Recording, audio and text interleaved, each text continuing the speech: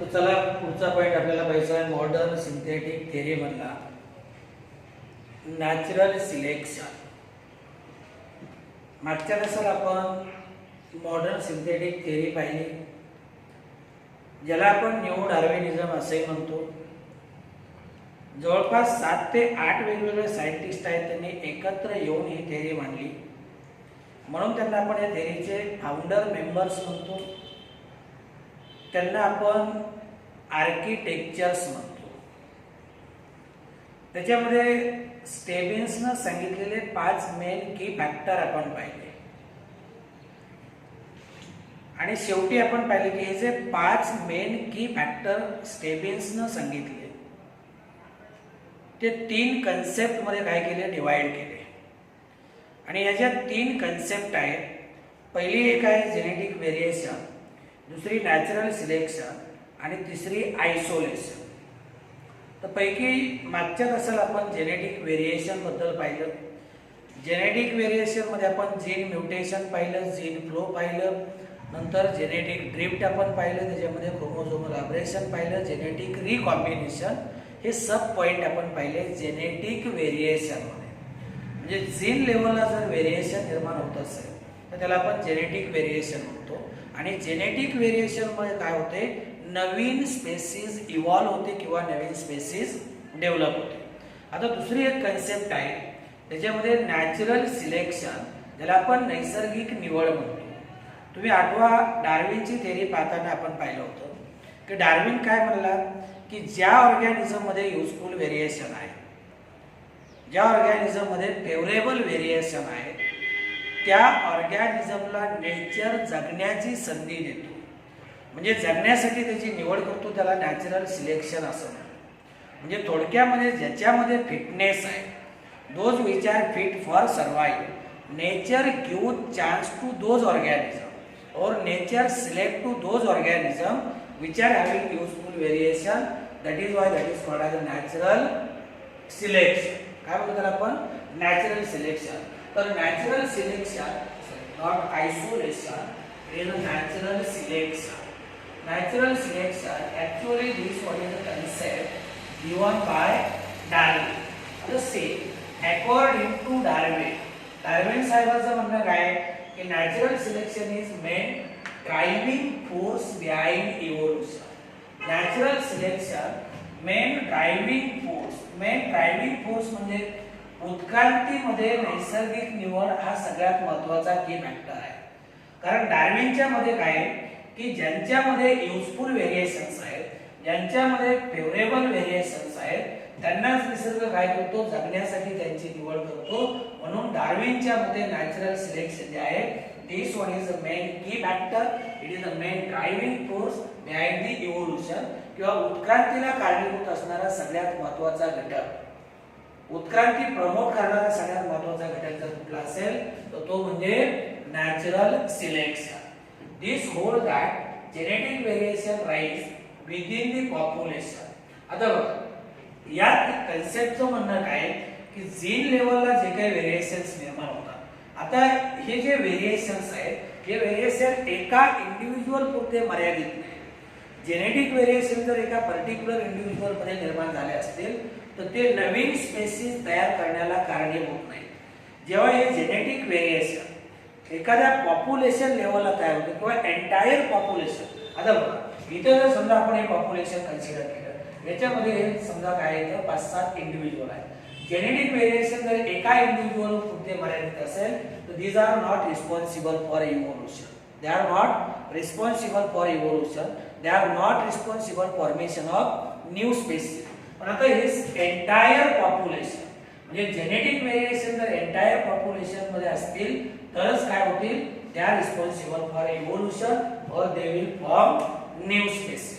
म्हणजे एका इंडिव्हिज्युअल पुरते जेनेटिक व्हेरिएशन मर्यादित असते तर नवीन स्पेसीज तयार होत नाही.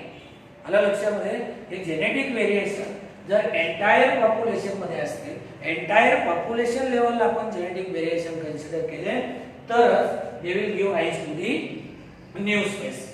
The fittest will be at selective advantage. The fittest will be at selective advantage and will be more likely to produce offspring and the rest as the feet continue to enjoy greater survival and reproductivity, new species will eventually evolve. आता डार्विनचा आणखी एक concept आहे survival of fittest. आता survival of fittest म्हणजे तेच डार्विनने काय सांगितलं की जे जगण्याच्या लायकीचे आहे निसर्ग त्यांचीच काय करतो जगण्यासाठी निवड करतो. म्हणजे according to Darwin those organism are fit for survive they can be selected by nature. म्हणून त्याला नाव काय दिलं सर्वायवल ऑफ फिटनेस. म्हणजे जे जगण्याच्या लायकीचे आहेत तेच काय होतील जगतील.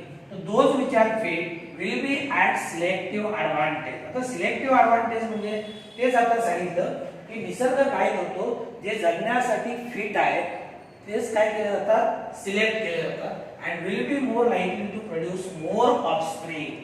बघा जे जगण्यासाठी फिट आहे निसर्ग त्यांचं सिलेक्शन करतो जगण्याची त्यांना संधी देतो आणि त्यांना जगण्याची संधी दिली म्हणजे ते काय करतील नवीन जीव तयार करतील त्यांचं रिप्रोडक्शन होईल. काय होईल त्यांचं.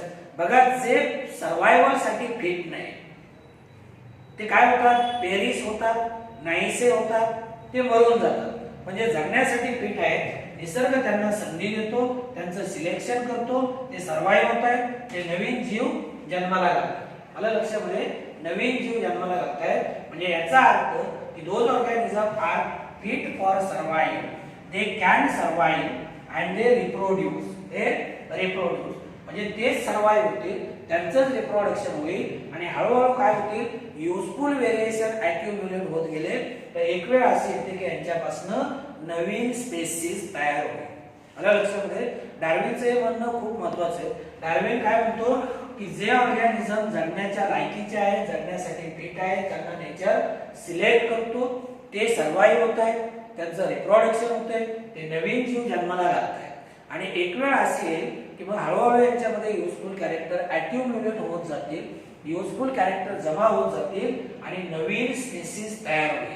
त्याला आपण काय म्हणतो species. New species will eventually evolve. नवीन स्पेसिस काय होईल तयार होईल.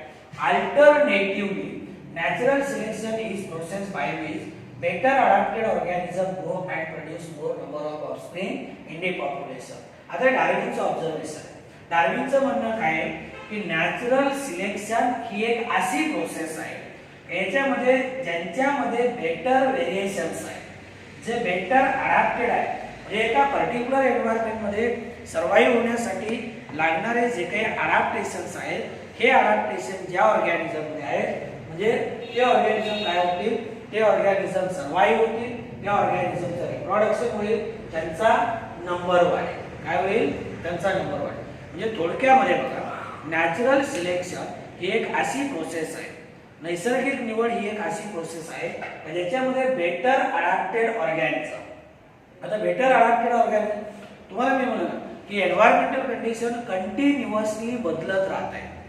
कधीही एन्व्हायरमेंटल कंडिशन कॉन्स्टंट नाही टेम्परेचर कॉन्स्टंट नाही ह्युमिडिटी कॉन्स्टंट नाही तुमचं किंवा आणखी बाकीच्या कुठल्या कंडिशन हे कधीही कॉन्स्टंट राहत नाहीत. म्हणजे ते changes from time to time किंवा हॅबिटॅट टू हॅबिटॅट या काय होतात एन्व्हायरमेंटल कंडिशन कंटिन्युअसली चेंज होत राहतात.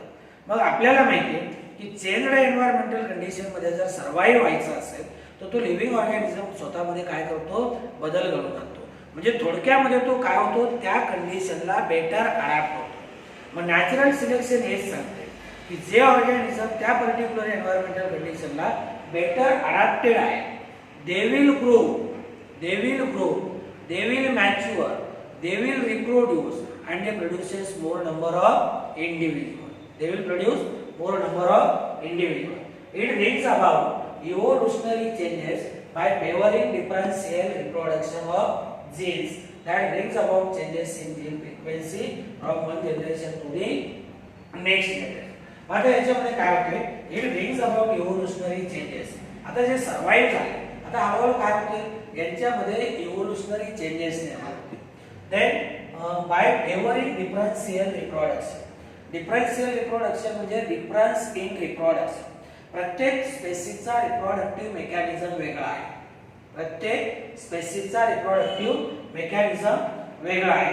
Differential reproduction of genes that brings about changes in gene frequency from one generation to the next generation.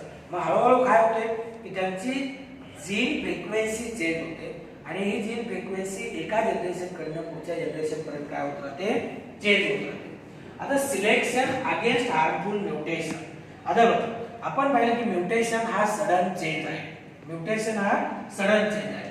आता जर म्युटेशन आपण पाहिलं तर म्युटेशन दोन प्रकारचे, एक हार्मफुल म्युटेशन, दुसरा युजफुल म्युटेशन. दुसरं युजफुल. आता selection against harmful mutation lead to mutation balance in which allele frequency of harmful recessive remains constant generation after generation. म्हणजे हा जो पॉइंट आहे या पॉइंट मध्ये त्यांना काय सांगायचंय की कुठलाही ऑर्गॅनिझम काय करतो जे युजफुल म्युटेशन आहे ते युजफुल म्युटेशन सिलेक्ट करतो, युजफुल म्युटेशन प्रिझर्व करतो, पण त्याच्या अगेन्स्ट त्याच्या विरोधात म्हणजे हार्मफुल म्युटेशन हे काय होतात रेसेसिव्ह कंडिशन मध्ये राहतात. रेसेसिव्ह कंडिशन मध्ये म्हणजे पुढच्या पिढीमध्ये काय होणार नाही एक्सप्रेस होणार नाही. जे म्युटेशन युजफुल आहे, जे म्युटेशन युजफुल आहे तेच काय होतील पुढच्या पिढीकडे इनहेरिट होतील. म्हणजे हार्मफुल रेसेसिव्ह म्युटेशन्स आहेत, हे harmful recessive mutation next generation मध्ये काय होत नाहीत एक्सप्रेस होत नाहीत, ते हिडन राहत आहेत, ते सप्रेस राहत आहेत किंवा they remains mask. They remains mask. Natural selection evaporate those genes or traits that assures highest degree of adaptive efficiency between population and its environment. आता नॅचरल सिलेक्शन कधी ऑपरेट होईल किंवा नॅचरल सिलेक्शनचा सगळ्यात महत्त्वाचा रोल काय आहे की असे जीन किंवा ट्रेट किंवा कॅरेक्टर तो काय करतो सिलेक्ट करतो जे की त्या पर्टिक्युलर एन्व्हायरमेंटल कंडिशन मध्ये त्या ऑर्गॅनिझमला सर्वाइव्ह होण्यासाठी युजफुल असते. Highest degree of adaptive efficiency between population and it's environment. म्हणजे या पॉइंट मध्ये त्यांना सरळ सरळ सांगायचे नैसर्गिक निवड ही एक असा फेनॉमेनॉन आहे, नैसर्गिक निवड ही एक अशी प्रोसेस आहे की ती काय करते जे जीन किंवा कॅरेक्टर त्या ऑर्गॅनिझमला बदलत्या एन्व्हायरमेंटल कंडिशन मध्ये सर्वाइव्ह होण्यासाठी मदत करतील, त्यांनाच तो काय करणार सिलेक्ट करणार. काय करणार सिलेक्ट करणार. ते झालं याच्यावर. आता नॅचरल सिलेक्शनचं एक एक्झाम्पल पाहिजे. एका एक्झाम्पलच्या मदतीने आपल्याला नॅचरल सिलेक्शन समजून घ्यायचंय. हे एक्झाम्पल आहे इंडस्ट्रियल मेलॅनिझम. म्हणजे ज्यांच्यामध्ये युजफुल व्हेरिएशन आहे, ज्यांच्यामध्ये फेवरेबल व्हेरिएशन आहे त्यांना नेचर जगण्याची कशी संधी देतो आणि ज्यांच्यामध्ये अनफेवरेबल व्हेरिएशन्स आहेत त्यांना ते कसे एलिमिनेट होत आहेत. आलं लक्षामध्ये हे आपल्याला या पॉइंट मध्ये पाहिजे. म्हणजे युजफुल आणि हार्मफुल व्हेरिएशनच्या भोवती industrial melanism it is one of the best example for natural selection. हे नॅचरल सिलेक्शनचं बेस्ट एक्झाम्पल आहे. मी सांगितलं याच्यामध्ये आपल्याला काय पाहिजे की ज्यांच्याकडे युजफुल व्हेरिएशन आहे म्हणजे जे जगण्याच्या लायकीचे आहे, निसर्ग त्यांना जगण्याची कशी संधी देतो आणि जे जगण्याच्या लायकीचे नाही ते कसे एलिमिनेट होत आहेत याचं बेस्ट एक्झाम्पल म्हणजे industrial melanism. In Great Britain before industrialisation, हे इंग्लंड मधलं उदाहरण आहे. इंग्लंड मध्ये मँचेस्टर शहरात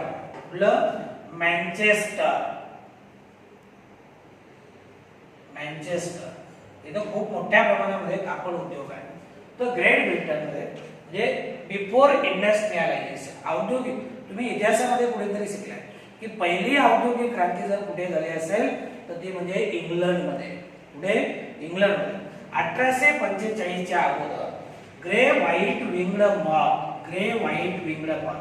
आता ही एक करड्या रंगाची पतंगाची जात आहे आणि याचं सायंटिफिक नेम काय आहे Biston betularia, where more in number that black winged moth that is Biston carbonaria. आता इथून पुढे सिक्वेन्स लावूया. आपण इंडस्ट्रियल मेलॅनिझम पाहतो, नॅचरल सिलेक्शनचं हे एक्झाम्पल पाहतो.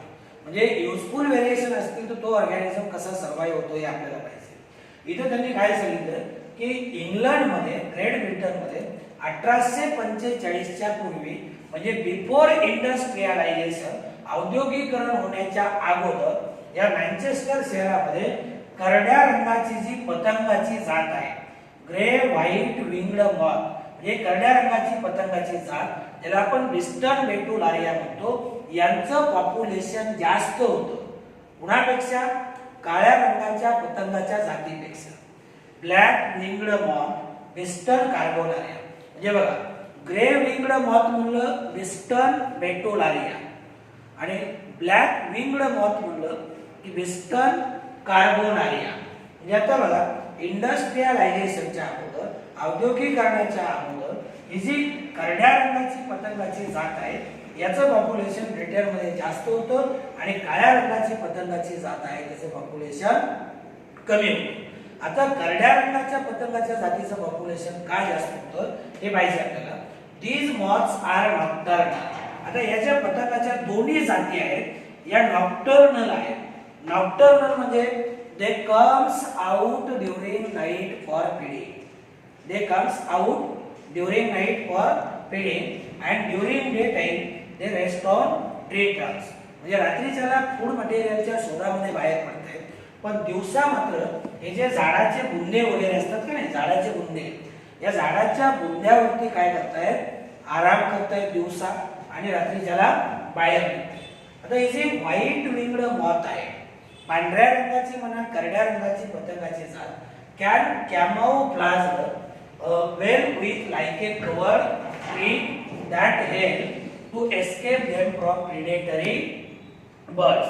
आता औद्योगिकरणाच्या अगोदरची सिच्युएशन लक्षात घ्या. औद्योगिकरणाच्या अगोदरची परिस्थिती कशी होती की तिथं खूप मोठ्या प्रमाणामध्ये झाडाच्या बुंद्यावरती काय झालं होतं? लायकेन जमा झालं होतं. काय जमा झालं होतं? लायकेन. आता बघा, हे समजा see suppose this one is a tree and this one is tree trunk. आता हे झाडाचे बुंदे आहेत, तर इथे याच्यावरती काय झालं होतं? खूप मोठ्या प्रमाणामध्ये लायकेन जमा झालं होतं. तुम्हाला माहिती आहे ना की लायकेन वाढते कुठं? Where lichen grows. Lichen grows in that area where there is no pollution. कारण इंडस्ट्रियलायझेशनच्या अगोदर तिथे कुठल्याही प्रकारची फॅक्टरी नव्हती, त्याचा परिणाम पोल्युशन नव्हतं. पोल्युशन नसल्यामुळं या झाडाच्या बुंद्यावरती काय झाली? लायकेनची ग्रोथ झाली. काय झाली? लायकेनची ग्रोथ झाली. आणि लायकेनची ग्रोथ झाली त्याचा परिणाम असा झाला की हे जे झाडाचे बुंदे आहेत हे पूर्णपणे काय झाले? ग्रे व्हाईट कलरचे किंवा करड्या रंगाचे झाले. काय झाले? करड्या रंगाचे झाले. मग आता हा ऍडव्हान्टेज कुणाला मिळेल? हा ऍडव्हान्टेज मिळेल ग्रे व्हाईट विंग्ड मॉथ, म्हणजे कुठली? वेस्टर्न बेटुलारिया. कारण ही जी करड्या रंगाची पतंगाची जात आहे आणि झाडाचे बुंदे सुद्धा काय आहेत? करड्या रंगाचे. त्याच्यामुळे ती याच्यामध्ये बेमालूमपणे मिसळून गेली. काय झाली? बेमालूमपणे. कारण दोन्हीचा कलर मॅच झाला. झाडाचे बुंदे सुद्धा करड्या रंगाचे आणि ती पतंगाची जात सुद्धा कुठल्या रंगाची? करड्या रंगाची. म्हणजे या करड्या रंगामध्ये ही वेस्टर्न बेटुलारिया बेमालूमपणे मिसळून गेली. आलं लक्षामध्ये? म्हणजे it was not noticed bye predatory birds. आता मला सांगा, जर या दोन्हीचा कलर करडा असेल, पतंगाची जात तिचा रंग करडा आहे, झाडाचा बुंदा सुद्धा करडा झालाय, मग यांचे जे प्रेडेटरी बर्ड्स आहेत या वेस्टर्न बेटुलारियावरती फीडिंग करणारे जे प्रेडेटरी बर्ड्स आहेत यांना ते दिसेल का? नाही, बिलकुल दिसणार नाही. म्हणजे यांचा जीव काय झाला? वाचला. काय झाला? जीव वाचला. म्हणजे याचा अर्थ काय की हे फेवरेबल व्हेरिएशन आहे. मग निसर्गाने संधी काय केली? त्यांना जगण्याची. आता दुसऱ्या ह्याच्यात काय? आता हे जर आपण पाहिलं ब्लॅक विंग्ड मॉथ म्हणजे western carbonaria resting on lichen covered tree trunks where easily a victim of predatory birds number was reduced. आता बघा, इथं काय झालंय की काळ्या रंगाची पतंगाची जात येऊन बसली. आता समजा हा ग्रे कलर आहे आणि इथं काय की समजा काळ्या रंगाच्या पतंगाच्या जाती. आता मला सांगा, हा एकदम कॉन्ट्रास्ट आहे. म्हणजे या काळ्या रंगाची पतंगाची जात जी आहे ती त्यांचे जे प्रेडेटरी बर्ड्स आहेत या प्रेडेटरी बर्डच्या सहजासहजी नजरेस मारायची, इझी विक्टिम. कारण काळा कलर असल्यामुळे पूर्णपणे काय होते? पटकन दिसून यायचे. आणि पटकन दिसून आल्यामुळे काय व्हायचं की त्यांचे जे प्रेडेटरी बर्ड्स आहेत ते प्रेडेटरी बर्ड्स काय करायचे, या ब्लॅक विंगड मॉथ वरती अटॅक करायचे, त्यांना एनगल्फ करायचे, म्हणजे यांचं जे पॉप्युलेशन आहे पॉप्युलेशन झपाट्याने काय झालं, कमी झालं. म्हणजे झाडाचे बुंदे करड्या रंगाचे होते. हा फायदा कुणाला झाला, बिस्टन बेटुलारियाला, कारण त्यांचा कलर सुद्धा करड्याचा आहे. पण त्याचा डिसएडव्हान्टेज कुणाला झाला, बिस्टन कार्बोनारिया. कारण बघा बिस्टन बेटुलारिया इथं बेमालूमपणे मिसळून गेली. ती कुठल्याही प्रेडेटरी बर्डच्या नजरेस पडत नव्हती, कारण दोन्हीचा कलर सारखा होता. पण ही काळ्या रंगाची जी पतंगाची जात आहे ही पटकन काय व्हायची, प्रेडेटरी बर्डला दिसून यायची. आणि त्याचा परिणाम असा झाला की प्रेडेटरी बर्डने यांना काय केलं, एनगल्फ केलं, यांच्यावरती अटॅक केला आणि यांचं पॉप्युलेशन कमी झालं. म्हणजे इथं सांगण्याचा मुद्दा एवढाच आहे की डार्विन काय म्हणतो की ज्यांच्यामध्ये युजफुल व्हेरिएशन आहे ते काय होत आहे, सर्वाइव्ह होत आहे, आणि ज्यांच्यामध्ये अनफेवरेबल व्हेरिएशन आहे ते पेरिश होत आहे, त्यांची जगण्याचे चान्सेस कमी होते. आता बघा आता परिस्थिती इथं उलट होते ड्युरिंग इंडस्ट्रियल रिव्होल्यूशन. आता बघा इंग्लंडमध्ये औद्योगिक क्रांती झाली. काय झाली, औद्योगिक क्रांती झाली. Large number of industries came up in Great Britain. Manchester शहरामध्ये काय झालं, खूप मोठ्या कंपनीज एस्टॅब्लिश झाल्या. आपल्या लक्षामध्ये औद्योगिकरणाच्या पूर्वीची परिस्थिती वेगळी होती. औद्योगिकरण झालं, वेगवेगळ्या फॅक्टरीज काय झाल्या तिथं नव्यानं एस्टॅब्लिश झाल्या. त्याचा परिणाम काय झाला, industries released black sooty smoke. Black sooty smoke. आता बघा जर तिथं इंडस्ट्रीज डेव्हलप झाल्या तर इंडस्ट्रीची जी चिमणी असते ज्याला आपण धुराडे म्हणतो, या चिमणीमधनं ही काळ्या रंगाची काय होत होती, धूळ बाहेर पडत होती. आलं लक्षामध्ये, ब्लॅक सुटी स्मोक. हा काळा धूळ काय झाला, या फॅक्टरीच्या चिमणीमधनं बाहेर पडला आणि परिणामी हा काळा हा जो धूर आहे हा कुठे जाऊन बसला, याच्यावरती. त्याचा परिणाम काय झाला, इथलं लायकेन पूर्णपणे निघून गेलं. काय झालं, लायकेन पूर्ण. कारण मला सांगा इंडस्ट्रीज आल्या म्हणजे पोल्युशन आलंच, आणि जिथं पोल्युशन तिथं लायकेन नाही. जिथं पोल्युशन तिथं लायकेन. तुम्हाला माहिती आहे का नाही, कुठल्याही शहरामध्ये लायकेनची वाढ होत नाही. याचं कारण असं आहे की lichens they are very sensitive to pollution. तुम्ही बघा, कारण शहरामध्ये पोल्युशन वेगवेगळ्या प्रकारचं आहे. आला लक्षामध्ये, ते साऊंड पोल्युशन असेल, ते एअर पोल्युशन असेल, ते सॉइल पोल्युशन असेल. पोल्युशनमध्ये लायकेनची वाढ होत नाही. मग इथं नव्यानं फॅक्टरीज काय झाल्या, निर्माण झाल्या. फॅक्टरीच्या चिमणीमधनं काळा धूर बाहेर पडायला लागला. हा बाहेर पडलेला धूर काय झाला, त्या आसपासच्या झाडाच्या बुंद्यावरती जमा झाला. काय झाला, या बुंद्यावरती जमा झाला. आता इथं बघा, आता या अडॅप्टेशन कसं चेंज झालं.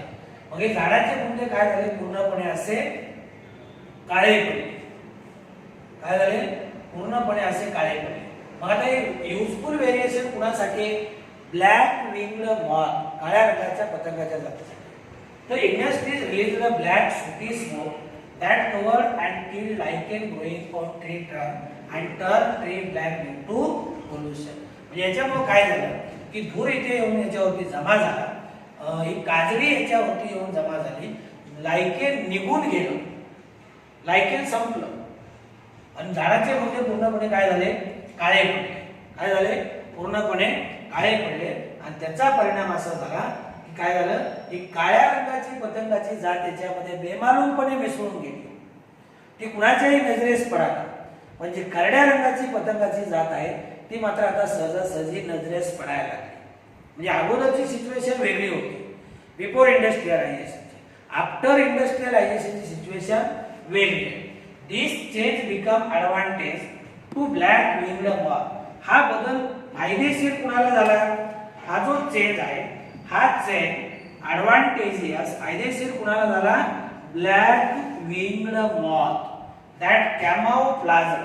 म्हणजे ते सहजासहजी काळ्या रंगामध्ये मिसळून गेले. Well with black tree trunk and there number increased while white winged moth become victims of predatory birds due to which their number reduced. साहजिकच आहे. आता मला सांगा, इथं काळ्या रंगाची पतंगाची जात बेमालूमपणे मिसळून गेली, पण इथं याच्या करड्या रंगाच्या पतंगाच्या जाती आहेत या स्पष्टपणे दिसायला लागल्या. त्याचा परिणाम यांचे जे प्रेडेटरी बर्ड्स आहेत या प्रेडेटरी बर्ड्सने यांच्यावरती अटॅक केला, यांचं पॉप्युलेशन कमी झालं. म्हणजे बघा, अगोदर करड्या रंगाच्या पतंगाच्या जातीचं पॉप्युलेशन जास्त होतं, काळ्या रंगाच्या पतंगाच्या जातीचं पॉप्युलेशन कमी होतं. आता परिस्थिती फेवरमध्ये कोणाच्या गेली? Black winged moth. त्याचा परिणाम काय झाला? ब्लॅक विंग्ड मॉथचं पॉप्युलेशन वाढलं आणि ग्रे विंग्ड मॉथ जे आहेत किंवा ग्रे व्हाईट विंग्ड मॉथ आहेत, डिस्टन बेटूल आहे ना, त्यांचं पॉप्युलेशन काय झालं? झपाट्यानं कमी झालं. म्हणजे थोडक्यामध्ये शेवटी आपल्याला एकच सांगायचे की natural selection has रिझल्टेड in establishment of phenotypic trait in changing the environmental condition. Phenotypic trait म्हणजे एक्सटर्नल अपिअरन्स. म्हणजे थोडक्यामध्ये काय झालं की निसर्ग काय करतो? जे जगण्याच्या लायकीचे आहे, ज्यांच्याकडे युजफुल व्हेरिएशन आहे, त्यांना जगण्याची संधी देतो. म्हणजे ते सर्वाईव्ह होत आहेत, ते रिप्रोड्यूस होत आहेत, ते त्यांचं पॉप्युलेशन वाढवत आहेत. पण जे हार्मफुल आहेत, हार्मफुल व्हेरिएशन आहेत किंवा अनफेवरेबल आहेत, तर अशांना जगण्याची संधी मिळत नाही, त्यांचं पॉप्युलेशन झपाट्यानं कमी होतं. मग आता लक्षात आलं ना नैसर्गिक निवड कशी ऑपरेट होते, आणि त्याचं एक्झाम्पल इंडस्ट्रियल मेलॅनिझम.